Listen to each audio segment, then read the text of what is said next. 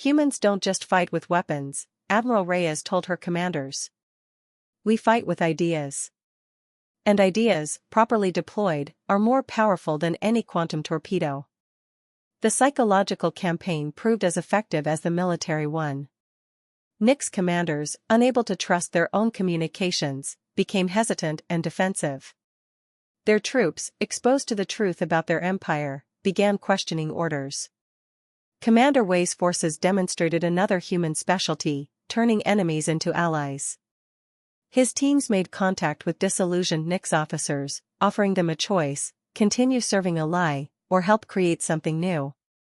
The Nyx Empire, which had maintained control through a combination of technological superiority and information manipulation, found itself fighting an enemy that excelled at both. Humanity hadn't just learned to use Nyx technology, they had learned to weaponize truth itself. The final phase of humanity's liberation began not on Earth, but across the galaxy. As the Nyx Empire's grip weakened, other species rose up, using communication channels and weapons provided by human resistance networks. High Commander Vex Thor, watching his empire crumble, finally understood his species' fatal mistake. We thought we were studying them, he told his remaining officers. But they were studying us. Every technology we shared, every tactical doctrine we revealed, they were learning our weaknesses. Admiral Reyes stood on the observation deck of humanity's new flagship, watching as combined fleets of humans and liberated species approached the Nyx homeworld.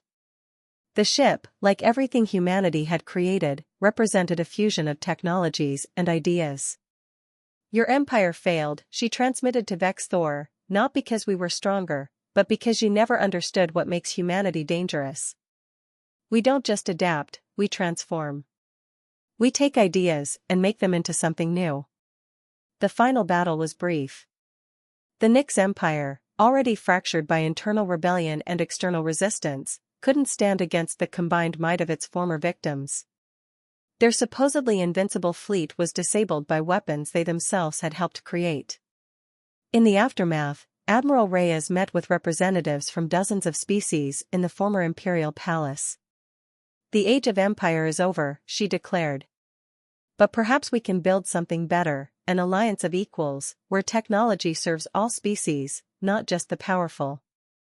Dr. Raven Blackwood presented the gathered species with humanity's final surprise: plans for a galactic quantum communication network that would prevent any future empire from controlling information. Knowledge, like freedom, she explained, belongs to everyone. Commander Wei, speaking to a group of former Nyx officers who had joined the resistance, summed up the lesson of the war: the art of war isn't about destruction, it's about transformation. You taught us about advanced technology. We taught you about the power of unity and adaptation. Lieutenant Walker, surveying Earth's rebuilt cities, reflected on how the invasion had changed humanity. Their cities now combined human architecture with modified Nyx technology, creating something entirely new. Their society had evolved, becoming something unprecedented in galactic history, a civilization that could fight like demons but chose to build like angels. As the new Galactic Alliance took shape, Admiral Reyes made one final log entry: the Nyx Empire taught us about the stars, but we taught them something more important: the true art of war isn't about conquering your enemy. It's about transforming conflict into cooperation, turning enemies into allies, and building something greater than victory. Humanity had not just survived their trial by fire, they had emerged as something new. They were no longer just the species that mastered warfare. They had become the species that mastered peace. The art of war, as humanity had rewritten it, wasn't just about fighting. It was about knowing when to fight, how to fight, and most importantly, how to turn victory into lasting change. The stars beckoned, not as territory to be conquered, but as frontiers to be explored together. Humanity had learned the ultimate lesson of warfare: the greatest victory isn't destroying your enemy, but transforming them into friends. And across the galaxy, species that had once lived in fear began to learn a new way of existence, guided by a civilization that had turned the art of war into the art of peace. The ground war was equally shocking to the Nyx forces. Human soldiers, enhanced by neural interfaces and wearing adaptive camouflage armor, seemed to appear from nowhere. Their weapons fired projectiles that phased through Nick's shields as if they didn't exist. Commander Wei's forces in Asia demonstrated why humans had spent millennia perfecting the art of guerrilla warfare. His troops used the urban terrain in ways the Nix's tactical computers couldn't comprehend, appearing and disappearing like ghosts, striking with devastating precision. "They're not following any known combat doctrine," a Nix tactical officer reported frantically. "Their attack patterns keep changing. Our predictive algorithms are useless." In orbit, Dr. Raven Blackwood's quantum network came fully online. Nix ships found their advanced AI systems turned against them, infected by human-designed quantum viruses that operated outside normal computational physics. The Nix Empire had never faced an enemy that could match their technological superiority. More importantly, they had never encountered a species that could take their technology and transform it into something new and unpredictable. As Operation Thunderstrike entered its second day, humanity revealed another surprise. The orbital defense platforms the Nix thought they had destroyed were actually decoys.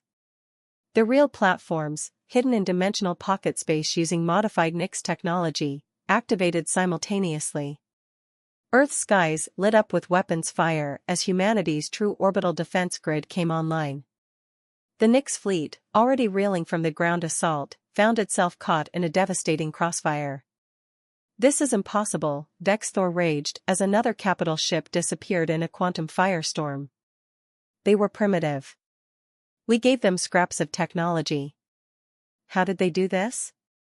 The answer, of course, was simple. Humanity had spent its entire existence preparing for war, driven by an understanding that survival often meant adapting your enemy's strengths and turning them into weaknesses. As the third day of Operation Thunderstrike dawned, the Nix Empire faced a terrible realization: they hadn't conquered Earth. They had given advanced technology to the most warlike species they had ever encountered, and then surrounded themselves with the results. As Operation Thunderstrike's military phase succeeded beyond expectations, Admiral Reyes initiated the next stage of humanity's master plan. "Begin Operation Mindstorm," she commanded. "Let's show them why psychological warfare is a human specialty." Dr. Isabella Santos activated the quantum holographic network. Across Earth's occupied cities, massive projections appeared, images of Nix ships being destroyed, human victories, and most devastatingly, the truth about the Empire's history of planetary exploitation. "Their entire empire is built on information control," Raven explained as she launched the quantum data virus. "Let's see how they handle total transparency." The virus spread through Nix communication networks, releasing encrypted data about their past conquests. Across the galaxy, subjugated species learned the truth about their benevolent overlords. Lieutenant Walker's Special Operations teams deployed quantum entanglement beacons throughout Nix-controlled space. These devices created untraceable communication channels between conquered worlds, allowing resistance movements to coordinate for the first time. The Nix Empire had never faced an information war on this scale. Their hierarchical command structure, so effective in conventional warfare, became a liability as human hackers inserted false orders and created confusion throughout their ranks. Lieutenant Walker, now coordinating guerrilla operations from the Amazon underground, watched as his teams perfected the new combat systems. "The neural interfaces are online," he reported. "Every resistance fighter can now process battlefield data at speeds that match Nix reaction times." But humanity's greatest weapon wasn't their technology, it was their patience. While the Nix stripped Earth's surface of resources, humans mapped their patterns, studied their weaknesses, and prepared. Every failed raid taught them something new. Every captured piece of technology revealed another secret. "They see what they expect to see," Raven explained during a strategy session. "Their artificial intelligence is advanced but predictable. They can't conceive of a species adapting this quickly, so they don't look for the signs." The resistance grew stronger each day, but maintained absolute discipline. Small victories were sacrificed for the greater strategy. When Nix patrols disappeared, their commanders assumed accidents or equipment failure. When supply lines were disrupted, they blamed local environmental conditions. In her command center, Admiral Reyes reviewed the global readiness reports. Project Phoenix had evolved beyond their wildest expectations. Humanity hadn't just adapted Nix technology, they had transformed it, creating hybrid systems that merged human unpredictability with alien efficiency. The Nix Empire has conquered 1,000 worlds, she addressed her commanders. But they've never faced a species that thrives on adversity. They don't understand that humans are at their most dangerous when victory seems impossible.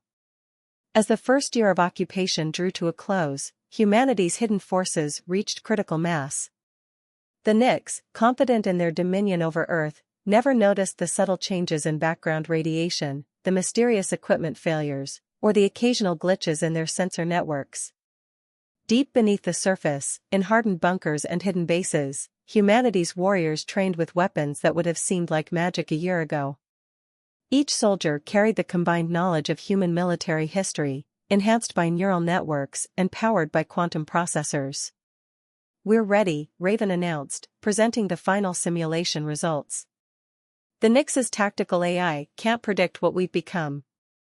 Their models can't account for human creativity merged with their own technology." Admiral Reyes stood before the holographic display of Earth, watching the countless hidden resistance cells glowing like stars. "Then it's time," she declared. "Initiate Operation Thunderstrike. Let's show the Nix Empire why you should never give advanced technology to a species that has turned warfare into an art form." The resistance leaders shared a knowing look. The Nix thought they were occupying a defeated world, but they were actually surrounded by the most sophisticated guerrilla force ever assembled.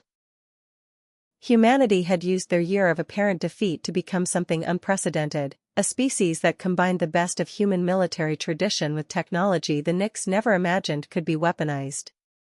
The storm was about to break, and the Nix would never see it coming. Operation Thunderstrike began not with a bang, but with silence. Across the globe, Nix communication networks simply stopped working. For 7 crucial minutes, their forces were blind. When their systems came back online, the world had changed. Quantum-enhanced stealth fighters, piloted by neural-linked human crews, emerged from hidden bases.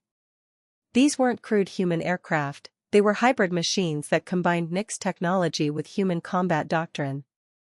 High Commander Vexthor stood in his command spire, watching in disbelief as his supposedly invincible fleet was torn apart by weapons that shouldn't exist. "Impossible," he hissed. "They're using phase-shifted quantum torpedoes. They can't have developed those so quickly." But humanity hadn't just copied Nix technology, they had reimagined it. The quantum torpedoes that ripped through Nix shields were guided by artificial intelligence that learned and adapted in real time, using algorithms based on human neural patterns that the Nix computers couldn't predict. Admiral Reyes coordinated the global assault from her mobile command center. "All units, execute Phase 2, she ordered. "Show them what humanity has learned." Elena opened a secure channel to all remaining military commands. "This is Admiral Reyes to all Earth forces. The enemy believes they know the art of war. It's time to show them how humanity fights when our world is threatened. Execute Protocol 0. Authorization confirmed." Across the globe, hidden silos opened. Quantum computers that had been analyzing Nix technology for months activated. And in orbit, stealth satellites armed with weapons reverse-engineered from studying the Nix ships powered up their targeting systems. "Send one final message to the Nix command," Elena ordered, her dark eyes hardening. "Tell them, thank you for the lessons in advanced technology. Now, let us show you how humans wage war."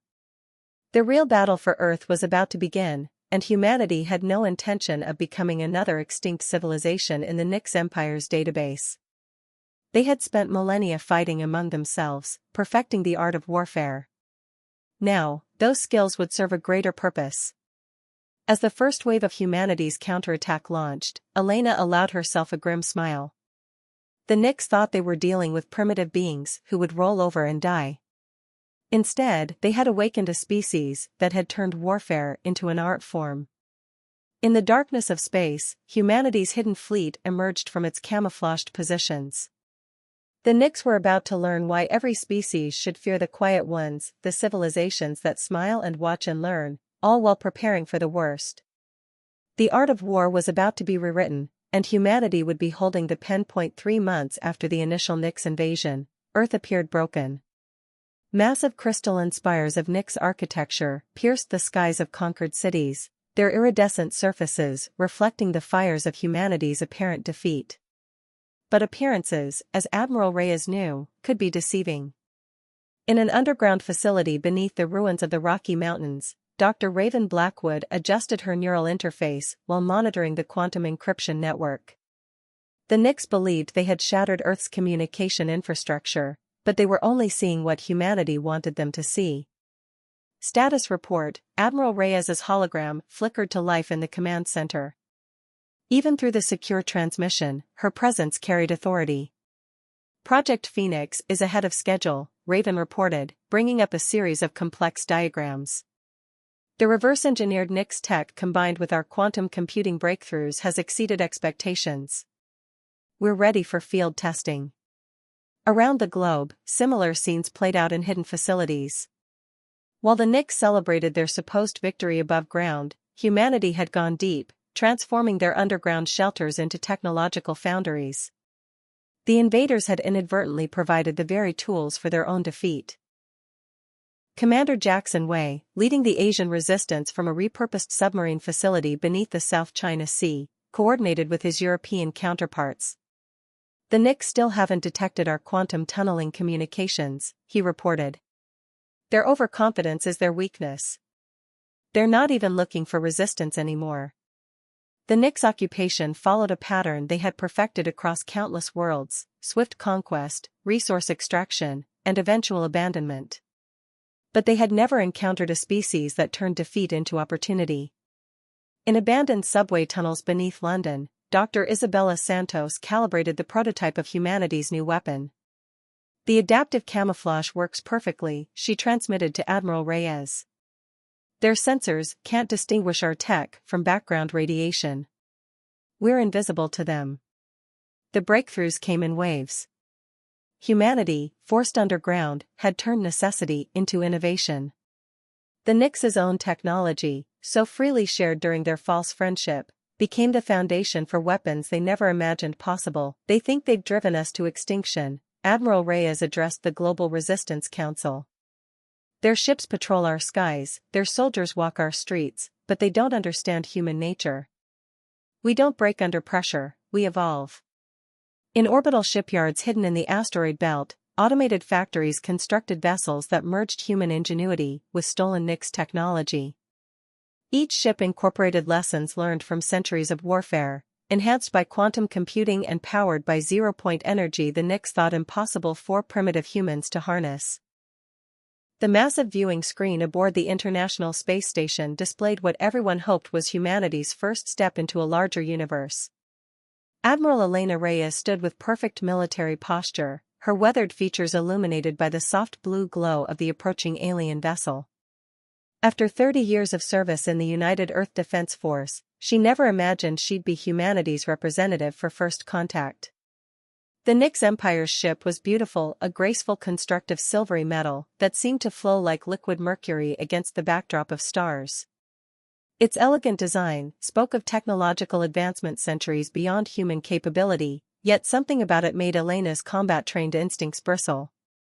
"Admiral, they're broadcasting again," Lieutenant James Walker reported, his fingers dancing across the holographic interface. "Same frequency as before." "Put them through," Elena commanded, straightening her uniform one final time. The screen shifted, revealing the alien delegation. The Nix were humanoid, but that's where the similarities ended. Their skin had an iridescent quality, shifting colors like oil on water, and their eyes, all four of them, were arranged in a diamond pattern across their angular faces. "Greetings, children of Earth," the lead delegate spoke, their universal translator converting the melodic sounds into crisp English. "I am High Ambassador Vexthor of the Nix Empire. We come offering friendship and advancement." Elena had rehearsed this moment countless times, but the weight of history still pressed heavy on her shoulders. "On behalf of Earth and all humanity, we welcome you. I am Admiral Elena Reyes. The next 6 months passed in a whirlwind of diplomatic exchanges and technological sharing. The Nix seemed generous, almost suspiciously so, offering advances in medical science, clean energy, and space travel. But Elena couldn't shake her unease, especially after discovering discrepancies in their historical database. In her private quarters aboard the ISS, Elena pored over reports from her intelligence team. "Show me the analysis again," she commanded her AI assistant. "Pattern recognition confirms your suspicions, Admiral," the AI responded. "The Nix Empire's expansion history shows systematic resource depletion in every system they've befriended. Most concerning is the complete absence of these civilizations in current data." Elena's blood ran cold. She had seen this before in humanity's own history. The pattern of colonization, resource extraction, and abandonment. But the Nix operated on a galactic scale. She was preparing her report for the Earth Defense Council when the first attacks came. The Nix ships appeared from hyperspace without warning, their elegant forms now bristling with weapon arrays. They struck simultaneously across the globe: New York, London, Tokyo, Moscow, Beijing, all major population centers under assault within minutes. "They're using our own defense networks against us," Lieutenant Walker shouted as reports flooded in. The technological integration programs the Nix had shared weren't gifts, they were Trojans, giving them control of Earth's military infrastructure. Elena watched in horror as city after city fell to the initial assault. But as the rest of the command staff panicked, a cold calm settled over her. The Nix had made a crucial mistake: they had revealed their true nature to a species that had spent its entire existence preparing for war. "Send Emergency Protocol 0 to all commands," Elena ordered, her voice cutting through the chaos. "Authorization Reyes Alpha 709. Protocol 0? Walker's eyes widened. "But that's the contingency we hoped we'd never need," Elena finished. "Humanity didn't survive this long by being unprepared, Lieutenant." While we smiled and nodded at their diplomatic overtures, we were studying them. Learning their weaknesses. And building. Deep beneath the Earth's surface, in hardened bunkers and secret facilities, humanity's real military might stirred to life. The Nix thought they had crippled Earth's defenses, but they had only touched the surface.